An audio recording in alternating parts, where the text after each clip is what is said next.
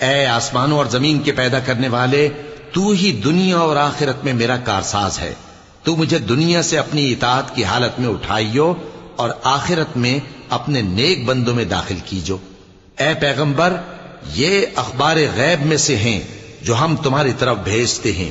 اور جب برادران یوسف نے اپنی بات پر اتفاق کیا تھا اور وہ فریب کر رہے تھے تو تم ان کے پاس تو نہ تھے، اور بہت سے آدمی گو تم کتنی خواہش کرو ایمان لانے والے نہیں ہیں، اور تم ان سے اس خیر خواہی کا کچھ صلہ بھی تو نہیں مانگتے۔ یہ قرآن اور کچھ نہیں تمام جہانوں کے لیے نصیحت ہے۔ اور آسمان و زمین میں بہت سی نشانیاں ہیں جن پر سے یہ گزرتے ہیں اور ان کو نظر انداز کر دیتے ہیں، اور یہ اکثر اللہ پر ایمان نہیں رکھتے مگر اس کے ساتھ شرک بھی کرتے ہیں۔ تو کیا یہ اس بات سے بے خوف ہیں کہ ان پر اللہ کا عذاب نازل ہو کر ان کو